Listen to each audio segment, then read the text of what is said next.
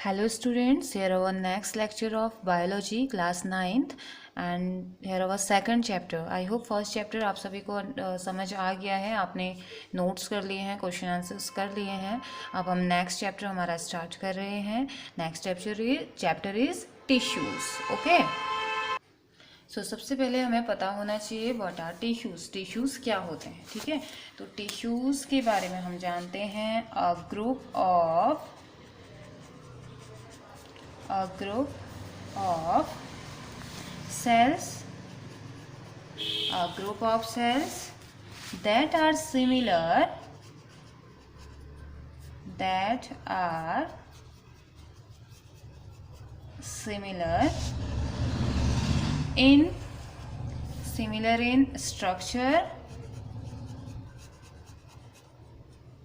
similar in structure,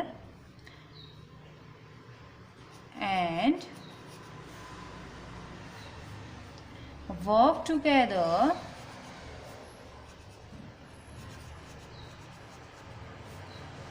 to achieve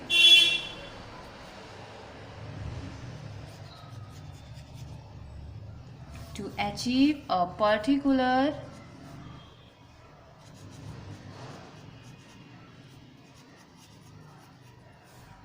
function, forms a tissue. अगर normally बोलें तो अ group of sales, ठीक है. एक सेल का जो ग्रुप होगा जो कि सिमिलर स्ट्रक्चर शो करता है सेल की तरह और सेल के साथ मिलके काम करता है, कोई भी पर्टिकुलर फंक्शन जो करता है सेल के साथ मिलके करता है, तो उसे हम टिश्यू बोल देते हैं, ठीक है. तो ये तो थी हमारी चैप्टर की स्टार्टिंग. चलिए अब हम अपनी बुक की तरफ बढ़ते हैं. बुक में क्या कहा जा रहा है.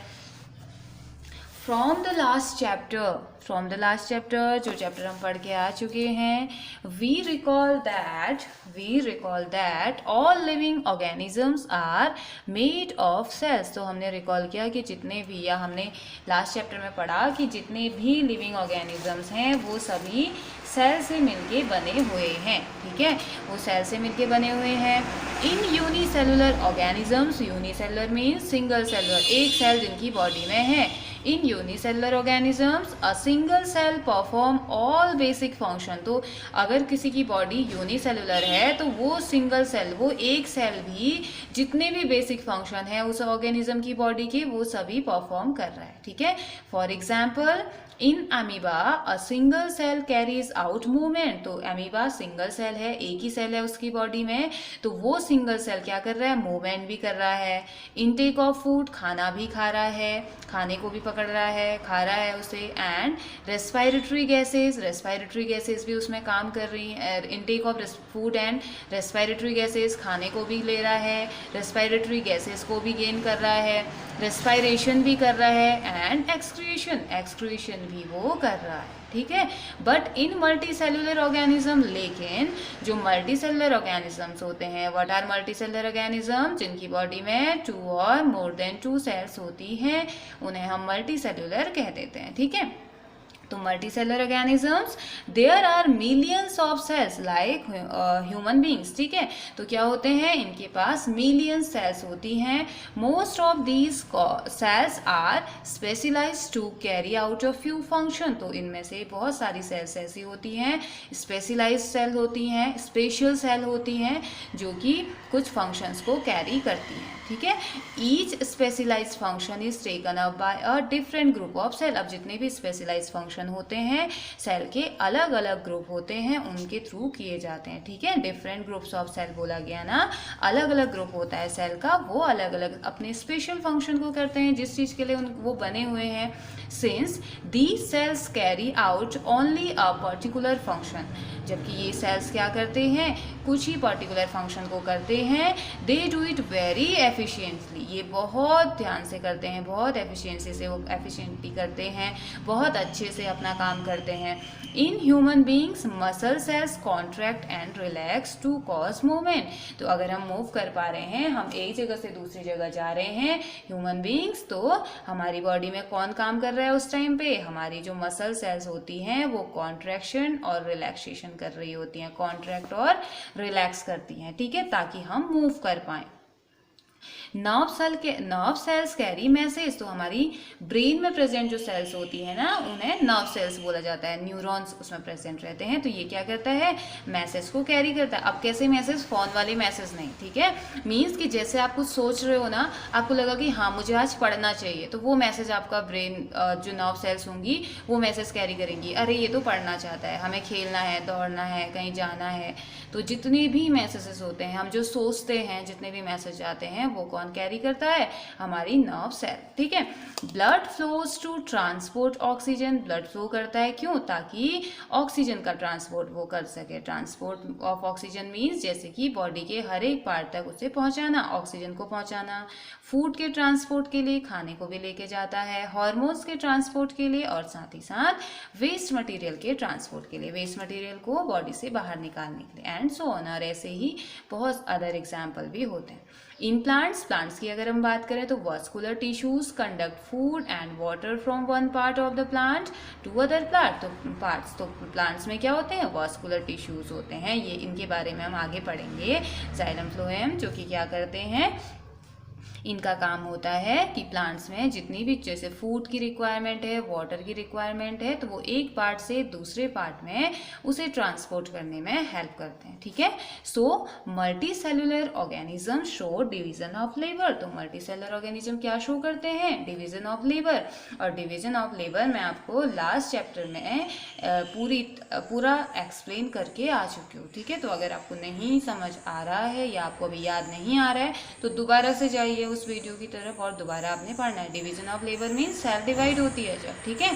Cells specialising in one function are often grouped together in the body. तो जो वो सेल्स जो कि स्पेशलाइज्ड एक फंक्शन जो स्पेशलाइज सेल करती है वो क्या होती है, often group together in the body, body में एक साथ एक ग्रुप में प्रेजेंट रहती है, ठीक है। जैसे कि कोई सेल है जो कि रेस्पिरेशन में हेल्प करती है, तो रेस्पिरेशन में हेल्प करने वाली सारी सेल एक ग्रुप में प्रेजेंट होंगी, ठीक है। This means that a particular function is carried out by a cluster of cells at a definite place in the body। तो इसका मतलब हमें क्या समझ आया, इसका मतलब ये हुआ कि जो भी एक डेफिनेट जो भी काम करना है, मीन एक अगर कोई भी पर्टिकुलर फंक्शन करना है, जैसे सांस लेनी है, तो उस पर्टिकुलर फंक्शन के लिए, सांस लेने के लिए जितनी भी सेल्स की रिक्वायरमेंट है वो सारे के सारे सेल क्या होते हैं, क्लस्टर में या ग्रुप में प्रेजेंट रहते हैं। कहाँ, एक डेफिनेट जगह में बॉडी के, ठीक है, उस ऑर्गेनिज्म की बॉडी के एक डेफिनेट प्लेस में, या मल्टी सेलर ऑर्गेनिज्म की बॉडी के एक डेफिनेट जगह जहाँ पे वो परफॉर्म होगा, वो फंक्शन होगा, वहाँ पे क्या रहते हैं, ये फिक्स रहते हैं या प्रेजेंट रहते हैं, ग्रुप में प्रेजेंट रहते हैं।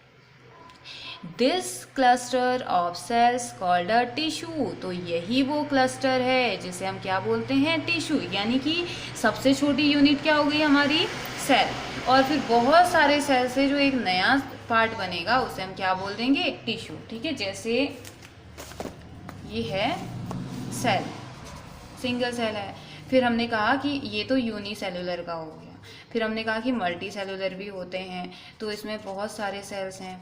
अब इनमें भी कुछ स्पेशलाइज, जैसे ये वाली सेल जो है स्पेशलाइज सेल है, इनका ग्रुप है, तो ये सेल का पूरा ग्रुप मिलके क्या बना देगा, टिश्यू। यानी कि सबसे छोटी यूनिट सेल, सेल के बाद टिश्यू, ठीक है। सेल, बहुत सारे सेल मिलेंगे तो किसका फॉर्मेशन करेंगे, टिश्यू का फॉर्मेशन करेंगे, okay.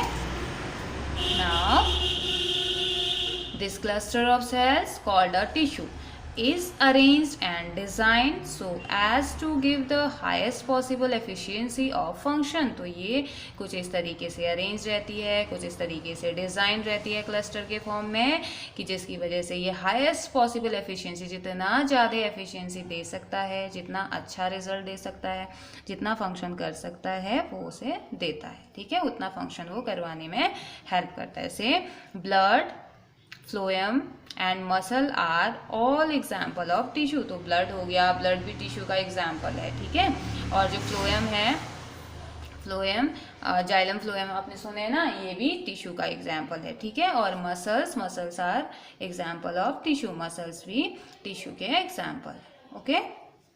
Now here a group of cells that are similar in structure and और वर्क टुगेदर। तो एक ग्रुप, सेल का वो ग्रुप जो कि स्ट्रक्चर में तो सिमिलर होता है या साथ काम करता है ताकि एक पर्टिकुलर फंक्शन को वो कर सके, उसे हम क्या कह देते हैं, टिश्यू कह देते हैं। Okay, now next, are plants and animals made of same types of tissue? क्या प्लांट और एनिमल दोनों ही सेम टाइप के टिश्यू से मिलके बने रहते हैं? हमने इसके बारे में पढ़ना है। Now let us compare there structure and function. तो चलिए अब हम कंपेयर करते हैं उनका स्ट्रक्चर क्या है, उनका फंक्शन क्या है। ठीक है, do plants and animals have the same structure? क्या प्लांट्स और एनिमल दोनों का सेम स्ट्रक्चर होता है? आपने देखा है ना, प्लांट्स को भी देखा है और एनिमल्स को भी देखा है। तो क्या आपने देखा कि उन दोनों का स्ट्रक्चर सेम है? Do they both perform similar function? क्या वो दोनों ही सिमिलर फंक्शन करते हैं? क्या उन दोनों का काम सेम रहता है, काम सेम होता है? There are noticeable differences between the two. हम इजीली नोटिस कर सकते हैं जो भी नोटिसेबल जो डिफरेंस हम नोटिस कर सकते हैं किसमें, प्लांट्स और एनिमल में नोटिसेबल डिफरेंसेस होते हैं। जैसे प्लांट्स आर स्टेशनरी और फिक्स्ड। प्लांट क्या होते हैं, स्टेशनरी होते हैं, एक जगह फिक्स होते हैं। ठीक है, दे डोंट मूव, वो मूव नहीं कर सकते, एक जगह से दूसरी जगह नहीं जा सकते हैं ना plants. Most of the tissues they have are supportive. तो उनके पास जो ज़्यादातर जो टिश्यूज है ना, वो उनके पास सपोर्टिव टिश्यू है जो उनको सपोर्ट करती है। ठीक है, सपोर्टिव टिश्यूज उनके पास हैं। Which provides them with structural strength, जो कि उनको स्ट्रक्चरल स्ट्रेंथ प्रोवाइड करती है। ठीक है, एक मजबूती उनको प्रोवाइड करती है।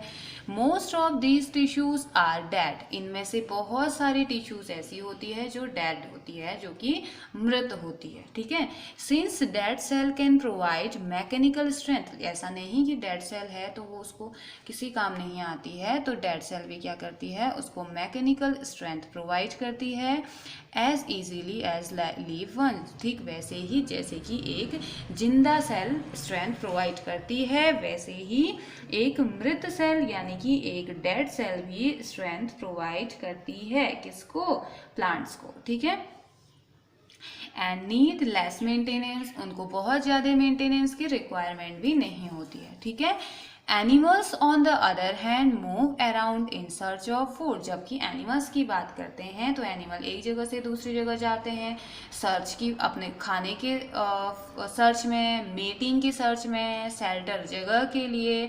तो इन सभी चीज़ों के लिए एनिमल्स को एक जगह से दूसरी जगह जाना पड़ता है। ठीक है, they consume more energy as compare to plants. तो वो क्या करते हैं, बहुत ज़्यादा एनर्जी कंज्यूम करते हैं अगर हम कंपेयर करते हैं उनको किससे, प्लांट्स से। तो most of the tissues they contains are living. और एनिमल्स में जो मोस्ट ऑफ द टिश्यूज जो होती हैं, जो उनमें प्रेजेंट होती है, वो क्या होती हैं, लिविंग होती हैं। ठीक है, प्लांट्स में तो हमने देखा कि मोस्ट ऑफ द टिश्यूज क्या होती हैं, डेड होती है, जबकि एनिमल्स में बहुत सारी टिश्यूज ऐसी होती हैं, ऑलमोस्ट सभी टिश्यू ऐसी होती है जो कि लिविंग होती है। Another difference between animal and plants is in the pattern of growth. Growth के पैटर्न के बेसिस पे भी हम डिफरेंस की बात कर सकते हैं। The growth in plants is limited to certain region. Plant की जो ग्रोथ होती है वो एक रीजन तक लिमिटेड ही होती है। ठीक है, प्लांट की जो ग्रोथ होती है लिमिटेड होती है कि हाँ ये सर्टेन इस रीजन तक या यहाँ तक या इतना ये ग्रो करेगा। While this is not so in animals. Animals में ऐसा नहीं होता है। ठीक है, there are some tissues in plants that divide throughout their life. तो कुछ प्लांट्स में कुछ टिश्यूज ऐसी होती है जो पूरी लाइफ में डिवाइड होते ही रहती है। These tissues are localise in certain regions. और ये टिश्यूज कुछ स्पेशल जगह पे ही प्रेजेंट रहते हैं जो कि हमेशा डिवाइड होते रहते हैं, पूरी बॉडी में नहीं प्रेजेंट रहते हैं, कुछ स्पेशल जगह पे ही ये प्रेजेंट रहते हैं। ठीक है, based on the dividing capacity of the tissues. तो टिश्यूज की डिवाइडिंग कैपेसिटी, कितना वो डिवाइड हो सकते हैं, कितना अपने नंबर्स को बढ़ा सकते हैं, उस कैपेसिटी के बेसिस पे various plant tissues can be classified as growing और मेरिस्टेमेटिक टिश्यू। तो दिस इज वेरी इंपॉर्टेंट। तो इसी बेसिस पे उनकी किस बेसिस पे, डिवाइडिंग कैपेसिटी के बेसिस पे कुछ प्लांट टिश्यूज को क्लासिफाई किया गया है किस पे, ग्रोइंग और मेरिस्टेमेटिक टिश्यू। तो मेरिस्टेमेटिक टिश्यू वो टिश्यू होते हैं जहाँ पे जो पार्ट ग्रो करता है, ठीक है, मेरिस्टेमेटिक टिश्यू वहाँ पे प्रेजेंट रहते हैं। और दूसरा किसमें, परमानेंट टिश्यू। दो पार्ट में डिवाइड किया गया है, ग्रोइंग और meristematic tissue and permanent tissue, ठीक है। किस बेसिस पे, उनकी डिवाइडिंग कैपेसिटी के बेसिस पे टिश्यूज को दो पार्ट में डिवाइड किया गया है। First one is meristematic tissue and second one is permanent tissue, ठीक है। Cell growth in animals is more uniform. तो सेल ग्रोथ एनिमल की अगर हम बात करें तो बहुत यूनिफॉर्म होता है, यूनिक होता है। So there is no such demarcation of dividing and non dividing region in animals. तो एनिमल्स में डिवाइडिंग या नॉन डिवाइडिंग रीजन्स ऐसे कुछ प्रेजेंस नहीं होते हैं, ठीक है।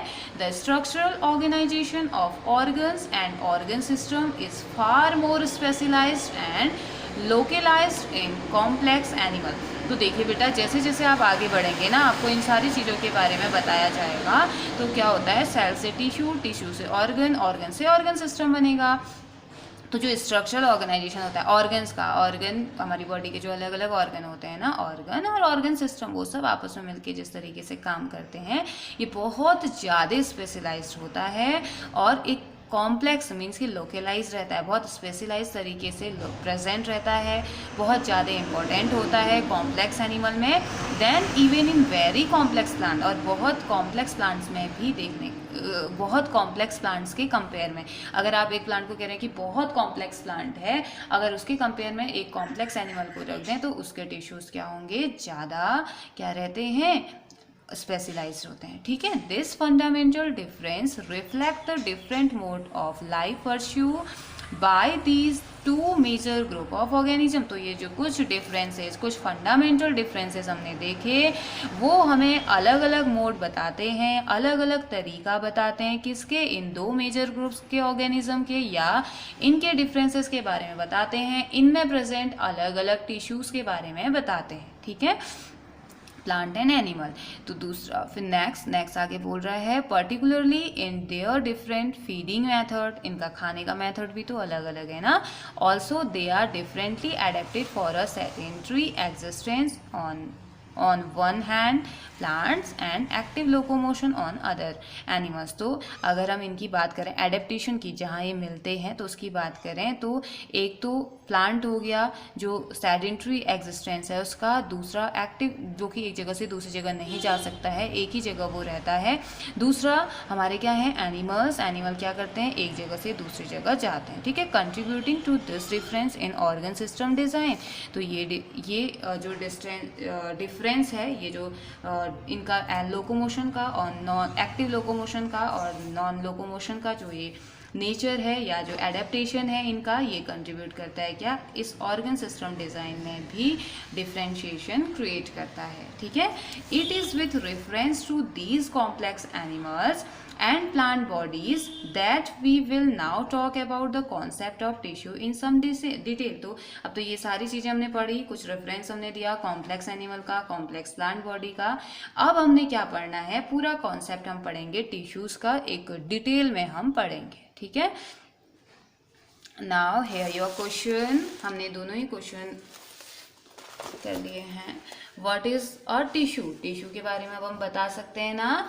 And what is the utility of tissue in multicellular organism, multicellular organism में टिश्यूज की क्या यूटिलिटी है हम इजीली बता सकते हैं, है ना। किस में हेल्प करता है, ऑर्गन सिस्टम, एक जगह से दूसरी जगह जाने में हेल्प करेगा, लोकोमोशन में, फूड में, रेस्पिरेशन में, सारी चीज़ों में वो हेल्प करेगा, ठीक है। और टिश्यू क्या होता है, group of cells that are similar in structure और work together to achieve a particular function form a tissue, ठीक है। तो ये तो हमारे दोनों क्वेश्चन भी हमारे साथ में फिक्स हो गए या आंसर भी हमने सीख लिए।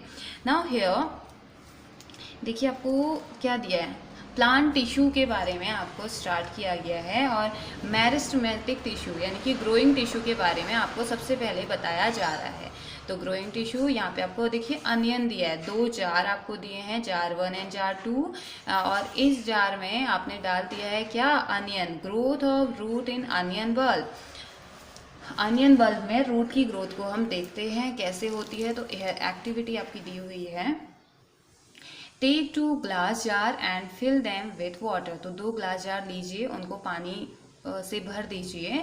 Now take 2 onion bulb and place 1 on each jar. तो उसके बाद अनियन लीजिए, प्याज आप लीजिए और 2 प्याज लीजिए, उनको जार में डाल दीजिए जैसे कि इसमें डाला हुआ है। ठीक है, मीन्स कि ऐसा जड़, ये जो ऊपर वो वाला पार्ट होगा ना इसका, जहाँ पे आपको रूट नजर आएगी, उसको पानी के अंदर डुबो दीजिए। Okay, observe the growth of root in both the bulb for a few day. थोड़े दिन के लिए रखना है, उसके बाद थोड़े दिन के लिए रोज के रोज आपने इसमें ऑब्जर्व करना है इनकी ग्रोथ में, और क्या चेंजेस आ रहे हैं वो आपने देखना है।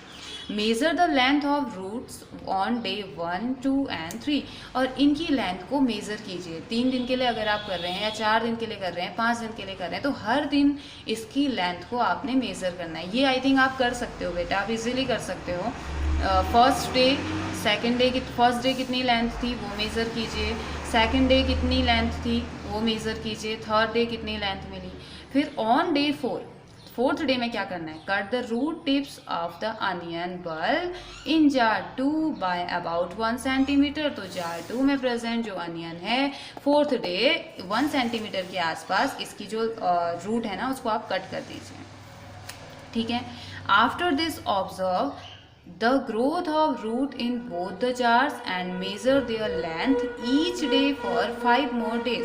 तो ये करने के बाद आपने क्या करना था, on day 4 cut the root tip of the onion bulb in jar 2 by about 1 centimeter। 1 centimetre उसकी रूट को आपने कट कर देना है, उस अनियन की रूट को जो कि जार 2 में प्रेजेंट है। ठीक है, और उसके बाद after this observe the growth. अब क्या करना है, दोनों की ग्रोथ को ऑब्जर्व कीजिए अगले 5 दिन के लिए। ठीक है, और लेंथ को भी मेजर करना है। ठीक है, लेंथ भी मेजर कीजिए और लगातार ऑब्जर्व कीजिए। आपने कुछ नहीं करना है, कोई हैंडलिंग आपको नहीं चाहिए इसमें। आपने 2 जार लेने हैं या 2 कुछ ऐसा कंटेनर लीजिए जिसमें अटक जाए। ठीक है, जो आपको सूटेबल लगे, जरूरी नहीं आपने ऐसा ही कंटेनर ढूंढना है।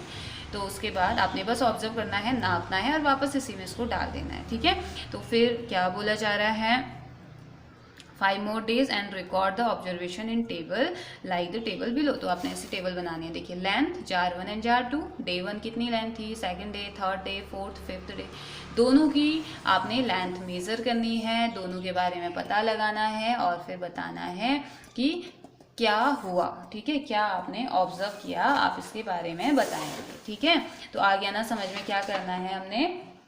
उसके बाद आगे आपको बोला जा रहा है, from the above observation answer the following question. जब आप ये कर लोगे ना बेटा, ये आंसर आप ही दे सकते हो। जब आप ये कर लोगे, जब ये ऑब्जर्वेशन आप कर लोगे तो आपने आंसर करने, which of the 2 onion has longer root और वाई। इन दोनों अनियन में से किसकी रूट बड़ी थी और क्यों। अगर ए आपने कहा कि ए वाले की बड़ी थी तो क्यों थी, अगर आपने कहा कि बी वाले की बड़ी थी तो क्यों थी। ठीक है, और किसकी बड़ी थी आपने ये बताना है। ठीक है, आया ना समझ में। आपने क्या करना है, नाउ नेक्स्ट क्वेश्चन इज,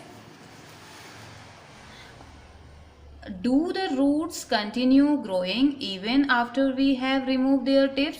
तो क्या उनकी टिप्स को रिमूव, यानी कि हमने कट किया था ना, उसको कट करने के बाद भी क्या वो रूट्स लगातार ग्रो कर रही थी उसके बाद भी। Next, why would the tips stop growing in the jar 2 after we cut them। Jar 2 में टिप ने ग्रो करना क्यों रोक दिया जब हमने उसको कट किया। ठीक है, तो ये आंसर आपने देने हैं और इनके आंसर आप मुझे कमेंट भी करोगे। ठीक है, आपको क्या ऑब्जर्वेशन मिला आप मुझे इसके आंसर बताएंगे। और बहुत इजी ऑब्जर्वेशन है, बहुत इजी एक्सपेरिमेंट है, आप इजीली कर सकते हो। ठीक है, तो देखिए आगे क्या बताया जा रहा है, the growth of plants occur only in certain specific region. तो प्लांट की जो ग्रोथ होती है कुछ स्पेसिफिक रीजन्स में ही होती है, या कुछ सर्टेन स्पेसिफिक रीजन्स में ही होती है। This is because the dividing tissue, ये किस चीज़ के लिए होता, क्यों, किस वजह से होता है, उनकी डिवाइडिंग अब टिश्यू की वजह से। मैंने आपको पहले भी बताया है, बायो में डिवाइड और मल्टीप्लाई का मीनिंग एक ही होता है। ठीक है, also known as meristematic tissue. तो इनको हम क्या बोल देते हैं, meristematic tissue is located only at these points, जो कि इन स्पेसिफिक रीजन में ही प्रेजेंट रहती है, meristematic tissue. Depending on the region where they are present, और कौन सी जगह पे ये प्रेजेंट है, meristematic tissues are classified as, अब कौन सी जगह पे प्रेजेंट है उसके स्पेशल रीजन के बेसिस पे मेरिस्टेमेटिक टिश्यू को अलग अलग पार्ट में क्लासिफाई किया गया, ठीक है, एपिकल, लेटरल एंड इंटरकैलरी, ठीक है। तो देखिए अगर टिप वाले पार्ट पे प्रेजेंट है तो एपिकल, बीच में कहीं प्रेजेंट है तो इंटरकैलरी मेरिस्टम, नेक्स्ट अगर नीचे वाली लाइन पे नीचे कहीं प्रेजेंट है तो उसे लेटरल मेरिस्टम बोल देंगे, है ना easy. Meristematic tissues are divided into 3 part, apical meristem, intercalary meristem and lateral meristem, ठीक है। Tip part is known as apical, middle part is known as intercalary and last part is known as lateral meristem, okay. तो इसके बारे में भी हम पढ़ेंगे, पूरा डिटेल में पढ़ेंगे, अभी तो हम ऐसे ही ओवरव्यू दे रहे हैं या ऐसे बताया गया आपको। New cells produce by meristem, new cells produce by meristem are initially like those of meristem itself. तो जो ये मेरिस्टेमेटिक टिश्यू जो नई सेल बनाती है ना, जो नई सेल प्रोड्यूस करती है, ये कैसे होते हैं पता है, सेम पुराने मेरिस्टम की तरह ही ये होते हैं, ठीक है। इनिशियली स्टार्टिंग में बस सेम वैसे ही दिखती है, but as they grow and mature, जैसे जैसे वो ग्रो करते हैं, जैसे जैसे वो मेच्योर होते हैं, their characteristics slowly change and they begin differentiated as component of other tissue. तो जैसे जैसे वो जब वो बन रहे हैं, जिस टाइम पे वो बने उस टाइम तो सेम मेरिस्टम जैसा है वैसा वो बन रहा है, जैसे जैसे लेकिन वो ग्रो कर रहे हैं, जैसे जैसे वो आगे बढ़े, जैसे जैसे उनमें ग्रोथ हुई, वैसे वैसे क्या हुआ, वैसे वैसे उनके कैरेक्टर्स चेंज हो गए, उनका फीचर चेंज हो गया और वो डिफ्रेंशिएट हो गए एक नए कंपोनेंट के फॉर्म में, टिश्यू के एक अलग ही कंपोनेंट के फॉर्म में डिफ्रेंशिएट हो जाते हैं कंपोनेंट ऑफ टिश्यू के फॉर्म में, ठीक है। तो यहाँ पे एपिकल मेरिस्टम के बारे में आपको दिया गया है। Apical meristem is present at the growing tip of stem. तो एपिकल मेरिस्टम कहाँ प्रेजेंट होगा, ग्रोइंग टिप में प्रेजेंट रहता है, ठीक है। ग्रोइंग टिप किसका, growing tips of stems and roots and increases the length of the stem and the root। तो एपिकल मेरिस्टम प्रेजेंट रहता है ग्रोइंग टिप्स में स्टेम की, रूट्स की, और ये क्या करता है, स्टेम्स और रूट की लेंथ को बढ़ाने का काम करता है। The girth of the stem और root increases due to lateral meristem, इसे कैम्बियम भी कहा जाता है, ठीक है। तो स्टेम और रूट की जो girth है वो जो इंक्रीज होती है वो इसी मेरिस्टम यानी कि कैम्बियम की वजह से बढ़ती है, लेटरल मेरिस्टम की वजह से बढ़ती है, ठीक है। Next, intercalary meristem is the meristem at the base of the leaves, leaves के बेस में प्रेजेंट रहता है या इंटरनोड में प्रेजेंट रहता है, ठीक है। दो नोड्स के बीच में जो गैप होता है उसे इंटरनोड कहा जाता है। तो इंटरनोड में प्रेजेंट रहता है on either side of the node, node के एक साइड में ये प्रेजेंट रहता है, ठीक है। नोड्स ऑन ट्विन इसे कहा जाता है। Next, as the cell of this tissue are very active, क्योंकि इन टिश्यूज में प्रेजेंट सेल बहुत एक्टिव होते हैं, दे हैव डेंस साइटोप्लाज्म, उनके पास एक डेंस साइटोप्लाज्म होता है, बहुत ज़्यादा साइटोप्लाज्म होता है, थिन सेलुलर वॉल्स होती हैं, thin cellular walls and cellulose walls and prominent nuclei, एक प्रोमिनेंट न्यूक्लियाई उनके पास प्रेजेंट रहता है, ठीक है, क्योंकि ये बहुत ज़्यादा एक्टिव होती है, ठीक है। दे लैक वैक्यूल्स, उनमें वैक्यूल्स नहीं होते हैं। Can we think why they would lack vacuoles, क्या आप सोच सकते हो कि इसमें वैक्यूल्स क्यों नहीं होते हैं। तो अब आपको रिकॉल हो जाएगा लास्ट चैप्टर से। You might want to refer to the functions of vacuoles in the chapter on cell, chapter cell में हमने वैक्यूल के फंक्शन पढ़े थे। आप वापस जाइए, आप उसके बारे में पढ़िए, तब आपको पता चल जाएगा, ठीक है। आपको सीधे सीधे उसके बारे में पता चल जाएगा कि अच्छा इनके वैक्यूल्स क्यों नहीं होते हैं, ठीक है।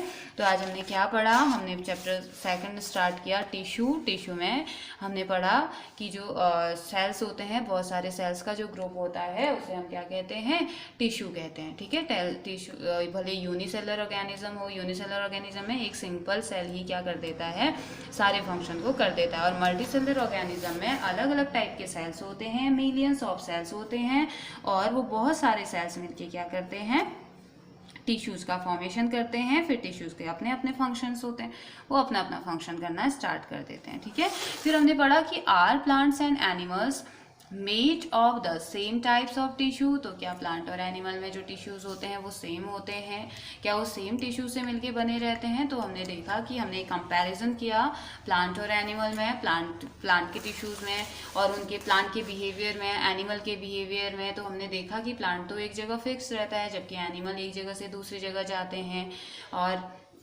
इसीलिए प्लांट्स में अलग हो सकता है कि इसीलिए हमने ये आइडिया लगाया कि प्लांट में अलग फंक्शन होते हैं, एनिमल में अलग फंक्शन होते हैं। एनिमल में प्लांट्स में लगातार ग्रोथ नहीं होती है, एक स्पेसिफिक रीजन में ग्रोथ होती है। तो बहुत सारे डिफरेंसेस हमें देखने को मिले और जहाँ से हमें पता चला कि प्लांट में और एनिमल्स में दोनों में ही अलग अलग टाइप के टिश्यूज प्रेजेंट रहते हैं। और प्लांट्स में हमने पढ़ा कि डिवाइडिंग कैपेसिटीज के बेसिस पे टिश्यू को क्लासीफाई किया गया है मेरिस्टेमेटिक टिश्यू और परमानेंट टिश्यू में। तो मेरिस्टेमेटिक टिश्यू और परमानेंट टिश्यू दो टाइप के टिश्यू होती हैं टिश्यूज़ के, जिसमें कि डिवाइडिंग कैपेसिटी के बेसिस पे रखा गया है। ग्रोइंग पार्ट जहाँ पे होते हैं वहाँ मेरिस्टेमेटिक टिश्यू होती है और बाकी अदर जगह परमानेंट टिश्यू होता है, ठीक है। तो फिर इसके बाद हमने ऑर्गन सिस्टम के बेसिस पे बात करी, कैसे वो अलग होते हैं। फिर हमने मेरिस्टेमेटिक टिश्यू के बारे में पढ़ा। मेरिस्टेमेटिक टिश्यू का एग्जाम्पल हमने अनियन बल्ब को देखा, जहाँ पे आप ये एक्सपेरिमेंट करने वाले हैं और इसके ऑब्जर्वेशंस नोट करेंगे। फिर हमने पढ़ा कि जो मेरिस्टेमेटिक टिश्यू है उसमें 3 पार्ट में इसको डिवाइड किया गया है, एपिकल, इंटरकैलरी एंड लेटरल में, ठीक है। तो फिर हमने इनके बारे में पढ़ा कि कैसे कहाँ कहाँ ये प्रेजेंट रहते हैं, कैसे इंपॉर्टेंट होते हैं। तो नेक्स्ट लेक्चर में हम पढ़ेंगे परमानेंट टिश्यू के बारे में, इसका भी एक्सपेरिमेंट है वो हम देखेंगे। इसके टाइप्स पढ़ेंगे, सिंपल परमानेंट टिश्यू, इनके अलग अलग डायग्राम्स हम देखेंगे, एक्टिविटी हम देखेंगे और फिर ऐसे कॉम्प्लेक्स परमानेंट टिश्यू आएगी। तो आज के लिए इनफ है इतना, आप इसे रिवाइज कीजिए और साथ ही साथ जो ये 2 क्वेश्चन मिले हैं ना इसे भी आपने सॉल्व करना है, ठीक है। और फेयर कॉपी में आप नोट करते जाइए, अपने नोट्स भी बनाते जाइए। Okay, have a nice day.